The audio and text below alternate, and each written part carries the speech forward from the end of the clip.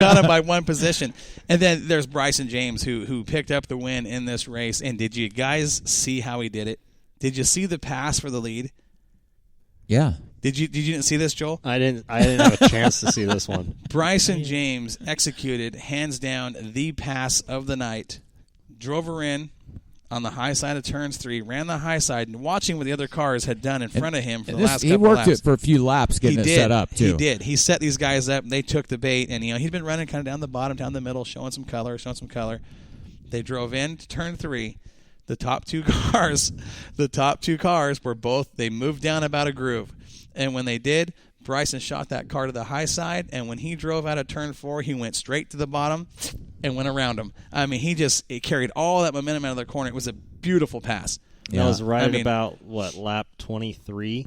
It was late. It was late in the race, and there was, 5 to 7 laps, I'd say, something like that. But when he got by him, and he had that racetrack to work with, it was all the 13 from there on out. Yeah. I mean, he was fast, but the other car, I think that anybody that had a shot at him at that point in the race would have been Curtis Townsend. Because he was. Well, look at Curtis was moving constantly forward the entire race. Yeah. I mean, he just kept moving forward. I'm trying to find where. I love that graph. I hate these I wish things. you could give each one Jeremy a different Shank color. started 7th. 7th, okay. I hate these graphs. Okay, because is this starting positions That's here? starting okay, position. where did Towns start then? 8th. Oh, I'll be darned. Joey's going. Look at Moore and Drager in the early parts of the race. Back and forth and back and forth. Look at that. That was fun. Steve was pretty good at the beginning. Steve was real good. He was putting down some pretty good laps there in the beginning stages of that race. He was dialed in. But then from there on out, he's kind of about lap 10 or so. He started lap 12. He kind of started fading and. Well, he'll get it.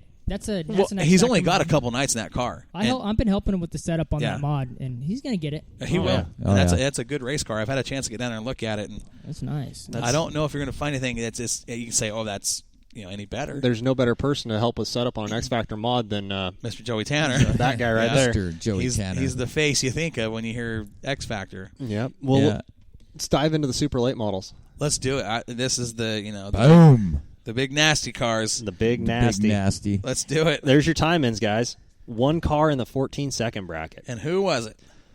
The man with the cape. Superman. The man with the Colin cape. Weinbarger. Yep. His qualifying, I watching qualifying,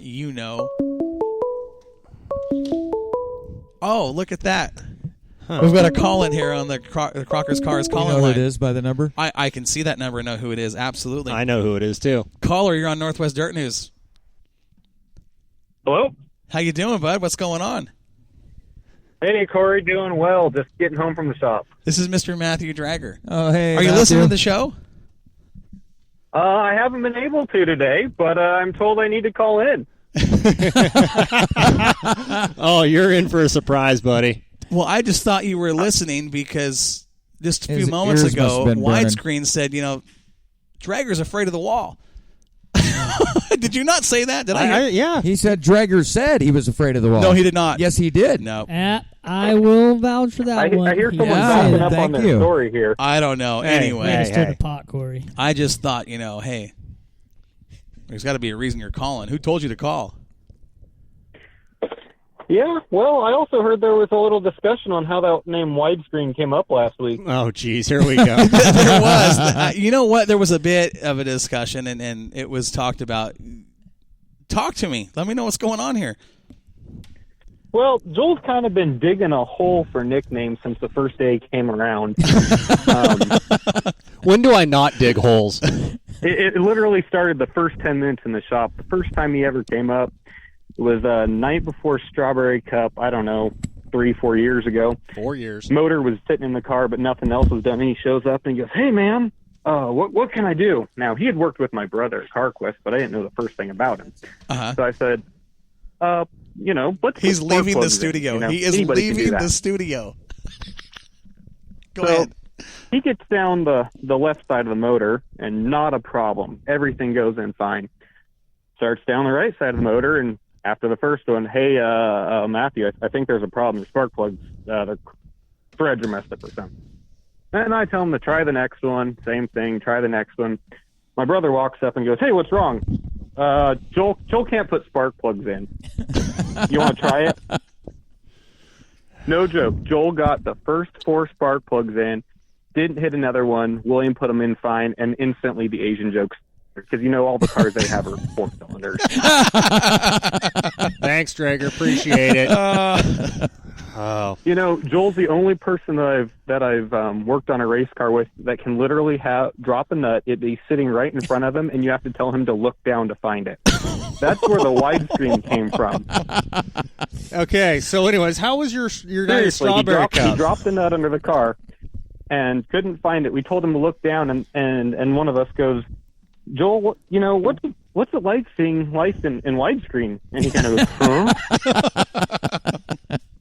Poor Joel. Took was one person pulling their eyelids back to the sides as far as they can, and then saying, "I feel like you're missing everything above and below."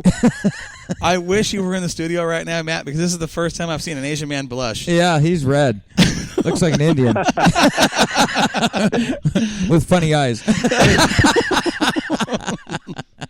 Joey Singer going out. Next time you're else on the show, next time someone's you're got to get him once in a while. next time That's you're right. around him, go, "Here, kitty. See what he does." Poor Joel. Oh, God. Okay, let's go on somebody else. That's funny. So, Strawberry Cup, you had a good run. You were working the high side, and I told you, I think you need to drive more aggressive like that, because you were really, you were onto something there. He was. Yeah, it was a pretty good run. A little frustrating, a great move by Bryson there to get me. It just, give him credit and learn from my mistakes there and get hitting that rut. But it's a lot of fun having a competitive car. We've had good runs both at Grove and Willamette lately, so I feel like our program's going in the right direction. I'd say so. Yeah, you've had some pretty good runs this year, and that car is working. You had dialed in pretty good last year, and you kind of carried that over so far. It's been a decent year for you. So what happened? Yeah, what happened to your car there it'll Saturday, Matthew? This is Warren. I'm trying to interrupt you, I guess here. Did the car just go away, or did you hit a rut, or what happened to your car that lead fell away from you? No, the car was still pretty good. I didn't get quite as good of a restart as I had, and then there was that rut in the bottom of 1 and 2, and when I hit it, you can actually see in the video that all 4 tires come off the ground.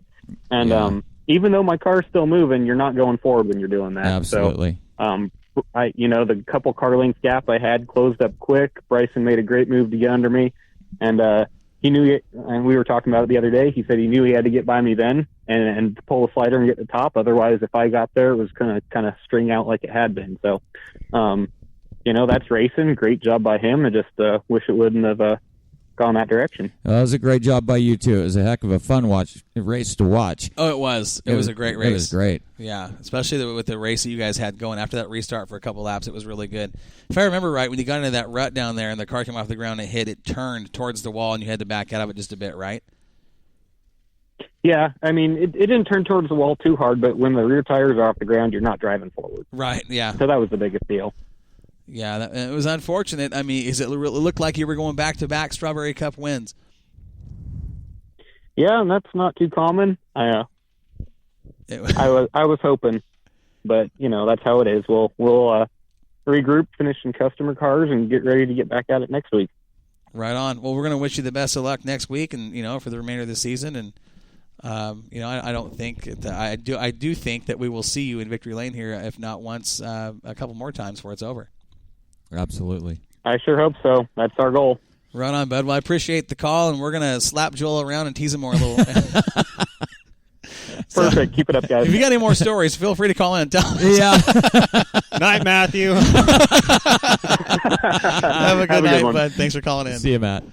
Oh, Yeah, Joel, you poor sucker. I want to Benfold, we're going to have words after the show's over. I'm going to tell you something. This whole conversation, I mean, with the widescreen jokes and the Asian stuff. I sat over here and watched Joey, and Joey kind of put the microphone down and kind of sat here like, I am not getting in on this one. He avoided that conversation. And Joel's getting redder by the second. See, and I knew the spark plug story was going to come up. Oh, my gosh. I had no idea. Not That a is, cylinder. that's pretty funny. Race car not four-cylinder. I need to like a Hornet. And Joey puts his mic down again. Here we go. We're out of control. Yeah, out of control. Oh, man. Let's go into the late models. I think we already did, but let's we get tried. back to We it. tried. Yeah, Thanks for the story, by the way, Matthew. That was awesome. that was awesome. When we saw, you want to start at the back of the pack and work our way up? You want to talk top to bottom? Well, let's start at the back and work our way forward. I mean, it is Strawberry Cup. Let's change it up a bit. Well, we just saw a newcomer, Trent Custer, in that 25 car. There was some, I don't know who I was talking to. Somebody was trying to tell me that they knew where that car came from. I don't recognize the car. Do you know anything about that car, Joey? I saw it back in the day. I don't remember that car. Wait, do we want to go straight to the main, or we want to do Well, I was qualifying? trying to figure out where, let's just go into the main. Well, we can go to qualifying. We're there. I mean, There's your times for your fast guys. one car in the 14-second bracket, and it was Colin. And I was saying before Matthew called in, when you see a good lap, when I watched that lap that Colin laid down, I thought, You and I looked at each other like, yeah. that was fast, and we knew if it wasn't going to be fast time, it was going to be really hard to beat. And sure enough, it was the fast time of the night. But, we talk about these young guys coming up. Weinbarger was fastest. James was second fast. Brian Cronk, fifth fast. Joey, you were eighth. And then you look at the names also on that list. Dan Dybel's, I would call it a newcomer to the late models. I mean, still figuring things out with the Swartz and Norm Davis. And we've seen them be really good, and we've seen them kind of just be there, He was pretty good in qualifying with a 15.198. He was third fast. Then Steve Moore's on that list, and Jeremy Shank. Brian Norton, for the second time out, He was fast. he was. That 71 car looked pretty darn good. So your top 8 cars, I mean, are some young guns that are veteran drivers in their own right. I mean, they've been doing this a long time, even at their young age. But there is nobody in that top 8 that I wouldn't say is really, really fast. Right. Brian Norton's really been making a stand for himself. We've seen him twice. He's been been twice. fast both times. He's done very well. He is one of those guys. They call him Wild He Brian. did well down at the Grove as well. Yeah. He's got a new car. Yeah. Is that a new car? Yeah, he's got a... Oh yeah. Yeah. what's that? He's in a track star. And a track star. Yeah. And we have seen him. Here's the thing about Wild Brian Norton. You want to watch a driver that is just fun, on the edge, just ragged, let it hang out, roll the dice. That is Brian Norton. Is that why you call him Wild? Well, I didn't give him that name. You didn't? No, I didn't. But it fits just because of the entertainment factor that comes from watching the 71 car. Yeah. I mean, it's a cool looking car too. I like the. It stands out. It does. It does stand out, and he is one of those guys that will just drive her in and hang. He's not afraid to get up on that wall and sling it out there like Joey says, just hang it out and let it like ride. Joey does. Yeah, I mean, he is fun to watch. The A main was. Let's start at the back and work our way forward. Well, we're talking about Brian Norton. He broke. I don't remember what happened. I don't know. I remember at some point. I think he had a flat tire on the left rear. In the main? I thought during Radiator. I want to say radiator. He was all 40 laps. I want to say it was radiator. Yeah, that's too bad because he was actually he was competitive. I mean, he He really. was real good in the heat race. 16 I'll tell you laps. that much. Absolutely. And then Trent Custer in the 25. First time we've seen him in that car, and we normally see him in a street stock. So to go from the street stock to the late model, that's a big jump. Huge. He's kind of ran the bottom, stayed out of everybody's way, just kind of learned the car. That's a whole 7 inches of tire and a whole lot of horsepower. Yeah. Randy Boyd, he broke 20 laps in at the halfway point. He broke because it was a 40-lap feature. I don't remember what happened to him 15. either. Jerry Casey, at 14th place finish with 33 laps to go. I don't remember what happened to Jerry Casey either. I don't either. I just remember looking up and he was gone. Drew Dybel, Rob Campos. He's lost his steering. Is that what it was? During caution, wasn't it? Yeah. I think I remember pointing. Yeah, I he remember- drove off the track. That green flag he spun on the front stretch. That's right. Yeah. That's right. Yep. Yeah, he lost his steering for some reason. And then just ahead of him was Rob Campos. Rob is another one of those guys that is just can't put it all together in one race. He's fast. He's got good equipment. Not a bad driver. just another one of those guys in Joey's, kind of start of the season where he arguably could have had a win already. Yeah. But just can't get that luck to last 40 laps. Yeah. Tomas Hunsker and then the 38.